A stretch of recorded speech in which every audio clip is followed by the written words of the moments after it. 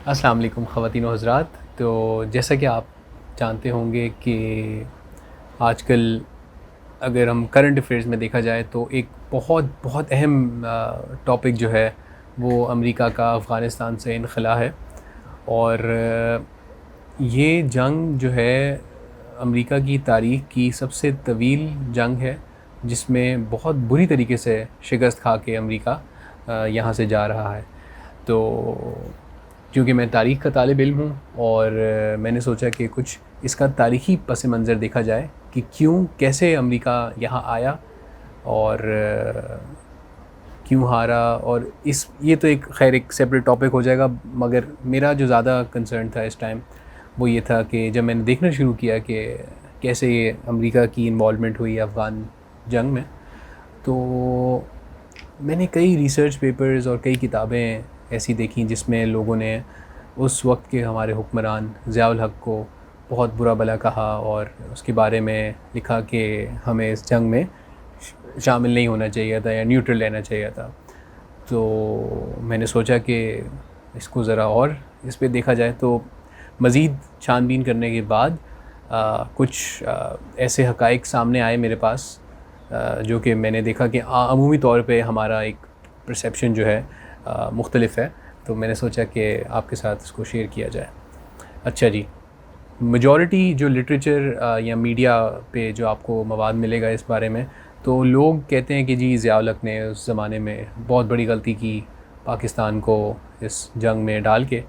मगर अगर आप इसको ज़रा थोड़ा गौर से देखें तो इनफैक्ट मैं कहूँगा बहुत बहुत अक्लमंदाना फ़ैसला था ये ज़िया-उल हक़ साहब का।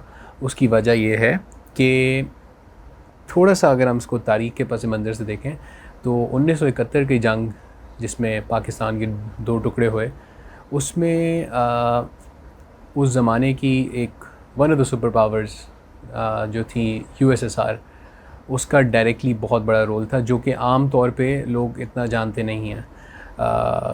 उसी 71 के ही साल में इंडिया और यूएसएसआर के दरमियान एक मिलिट्री पैक्ट भी हुआ था, ग़ालिबन अक्टूबर के महीने में, जिसके तहत जो कि मुक्ति बाइनी फ़ोर्सेस थी उनकी ट्रेनिंग हो गई, या जंग के दौरान इंटेलिजेंस शेयरिंग हो गई, फ़ाइनेंशियल एड हो गई, असले की एड हो गई।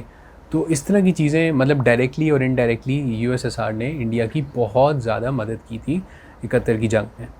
अच्छा, इसके बरक्स पाकिस्तान क्योंकि अब ज़ाहिर है उस टाइम तो पाकिस्तान इंडिया से इन्वॉल्व था जंग में, तो डायरेक्टली यूएसएसआर और उस वक्त वो सुपर पावर भी शुमार होती थी, तो हम डायरेक्टली उसके मुकाबला अभी नहीं ले सकते थे उससे।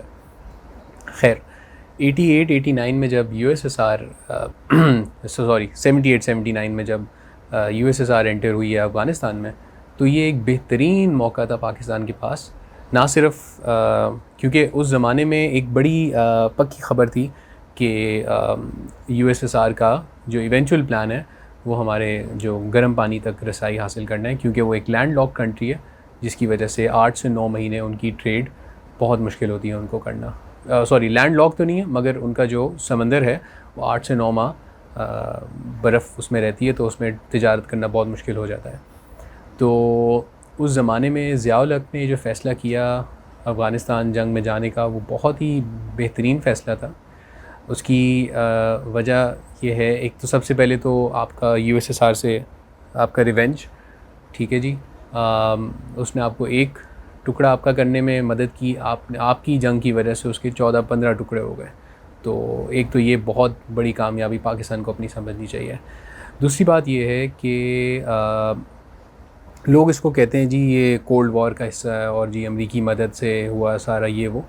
अमेरिका तो 81-82 के बाद सही तरह से इसमें दाखिल हुआ। ज़िया-उल हक़ का ये फ़ैसला 79 का है, तो अमेरिका, सऊदी अरेबिया या बाकी जो ममालिक हैं वो तो बाद में इसमें शामिल हुए हैं।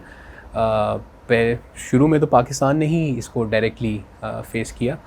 तो मेन वजह जो ज़िया-उल हक़ की वहाँ जाने की ये थी, उसकी ये था कि एक तो यूएसएसआर से बदला, वो एक था।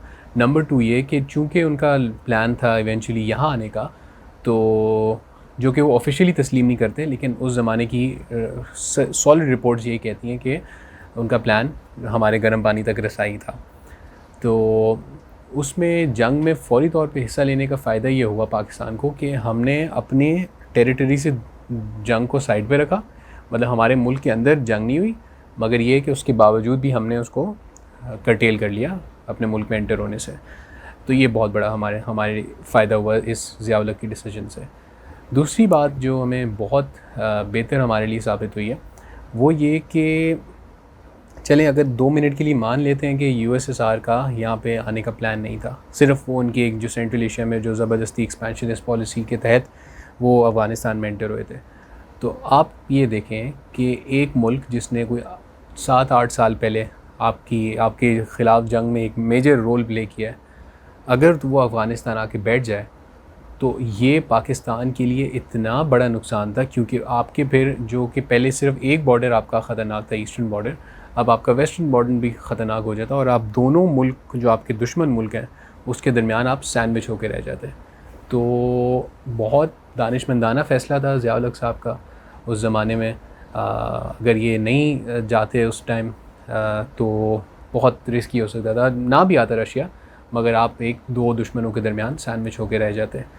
बाकी जो एक दूसरी साइड है अफ़गान जिहाद या अफ़गान वॉर में जाने की, जो रेपरकशंस हैं वो कुछ हमारी आगे आने वाली सरकार और जो अफ़गानिस्तान में जो 90s के बाद जो सरकार बनी है उनकी कुछ गलतियों की वजह से यहाँ पे क्लाशनकोव कल्चर उस ज़माने में आम हुआ, हेरोइन वगैरह स्मगल हुई काफ़ी। उसकी मेन रीज़न ये है कि जब अमेरिका वहाँ से चला गया अर्ली 90s में जंग के फ़ौरन बाद, तो इतनी तबाहाल इकॉनमी वहाँ पे थी, तो उनका बेसिकली रोज़गार ही ये मिज़ाइल क्लाशनकोव ये वो जो रूस छोड़ के गया था वहाँ यूएसएसआर, तो वो बेच बचा के उनका चलता था, तो वो यहाँ बेचना उनके लिए था आसान। मैं कुछ जस्टिफाई नहीं कर रहा इसको, बट ये कि ये आने वाले जो रिपरकशंस हैं, अगेन ये उतना नुकसान नहीं हुआ जितना कि इस जंग में ना जाके होना था पाकिस्तान को। तो मैं उम्मीद करता हूँ कि आपको एक डिफरेंट पर्सपेक्टिव मिला होगा इससे, और आप अब एक मुख्तलिफ़ ज़ाविये से ज़िया-उल हक की इस पॉलिसी को आप देख सकते हैं। ठीक है, थैंक यू।